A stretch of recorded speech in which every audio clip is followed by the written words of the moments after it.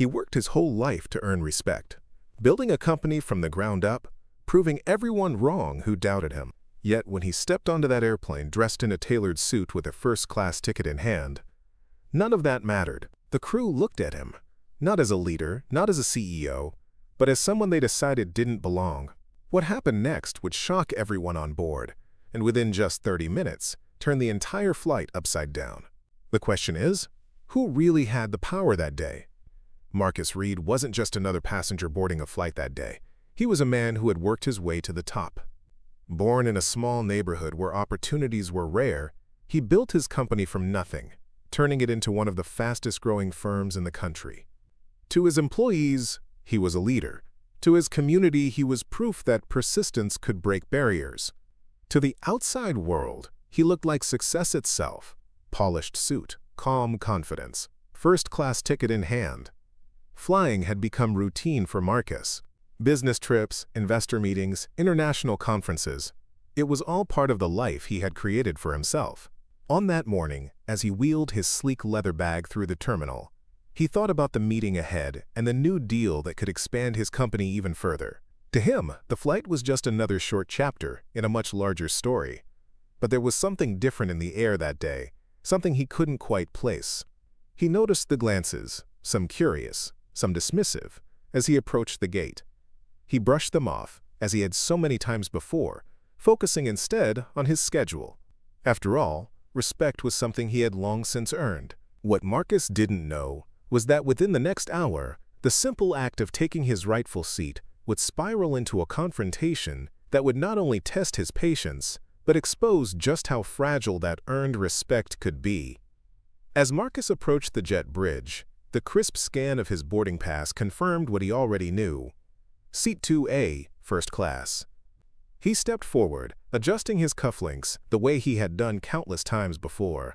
But the moment he crossed into the cabin, the atmosphere shifted. The flight attendant at the door hesitated, her polite smile faltering. Her eyes flickered from his ticket to his face, then back again, as if trying to reconcile the two. "Sir, I think you might be in the wrong section," she said carefully, her voice laced with doubt rather than courtesy. Marcus kept his composure. He'd heard versions of that line before, at restaurants, at hotels, even at his own board meetings when people assumed he wasn't the man in charge. Without a word, he held up his ticket. 2A, he said calmly. The attendant's forced smile returned, but the hesitation lingered. As Marcus settled into his seat, he could feel the eyes. A few passengers looked away quickly, embarrassed to be caught staring. Others didn't bother hiding their disapproval, their gazes sharp, their whispers soft but cutting. Minutes later, another attendant approached. "Sir, are you sure this is your seat? First class is reserved for premium passengers only." The words stung, not because of what was said, but because of the assumption behind them. His suit, his ticket, his presence, all of it was being questioned, not out of error, but out of disbelief. He leaned back, steadying his voice. "I am exactly where I belong." But the pushback didn't stop. Soon a supervisor joined, clipboard in hand, speaking louder now, drawing the attention of even more passengers. "Sir, we may need to ask you to return to economy if you don't have the proper clearance." The tension in the cabin thickened. Some passengers shifted uncomfortably. Others smirked as though watching a spectacle. Marcus could feel his pulse quicken, but years of boardroom battles had taught him control. This was different, though. This wasn't about numbers or negotiations, this was about dignity. He thought of the countless barriers he had already broken, the late nights, the closed doors, the subtle and not-so-subtle reminders that success had limits for people who looked like him. And yet here he was, being reduced to nothing more than a seat dispute. Still, Marcus refused to move. He met the supervisor's stare, unwavering, as the murmurs around him grew louder. The plane wasn't moving. Time seemed suspended, every second stretching with the weight of confrontation. Finally, the supervisor sighed. "We'll need to check with the captain. This may delay the flight." The words hung heavy in the air, a deliberate threat meant to pressure him into compliance. But Marcus didn't flinch. He sat firm, ticket in hand, eyes forward. Passengers whispered, some in support, others annoyed at the delay. The divide was clear. Those who saw an injustice unfolding and those who only saw an inconvenience. As the supervisor disappeared down the aisle, Marcus exhaled slowly. He knew this wasn't over, something was building, and the next few minutes would decide not just how the flight continued, but how every single person on board remembered his name. The supervisor returned with the captain, his expression stern, his posture commanding. The cabin went silent, every eye fixed on Marcus. The captain's voice cut through the air, sharp and authoritative. "Sir, you need to move to economy, or you'll be escorted off this flight." The words echoed like a gavel striking. Marcus felt the weight of the entire cabin pressing down on him. He had done nothing wrong, yet here he was, on trial in front of strangers. His heart pounded, but his voice remained steady. "I paid for this seat. I will not move."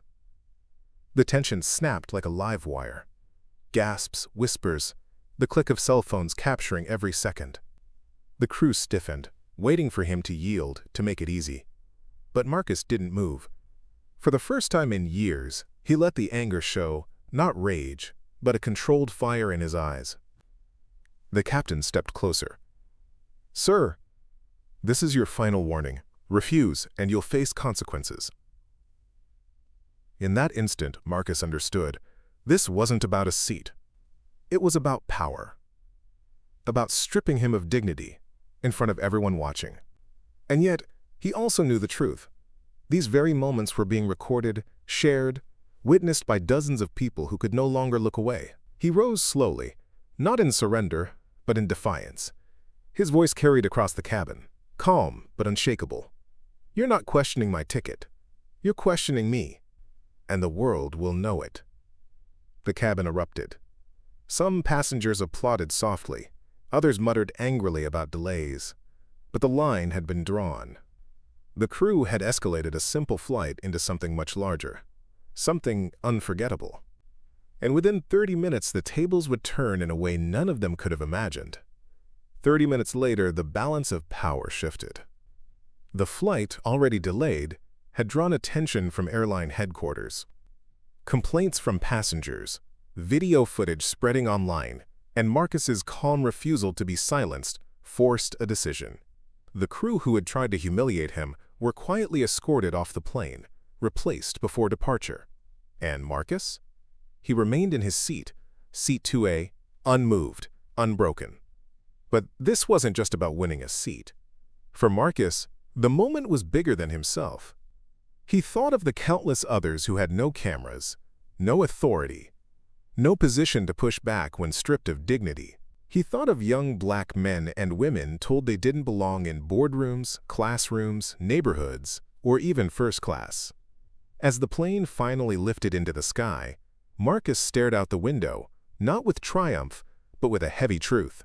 Success doesn't shield you from prejudice. It only exposes the depth of it.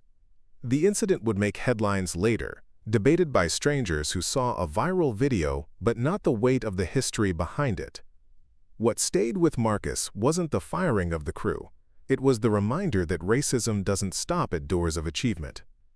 It follows, questions, and tries to diminish, no matter how high you climb. And that truth was something millions could understand.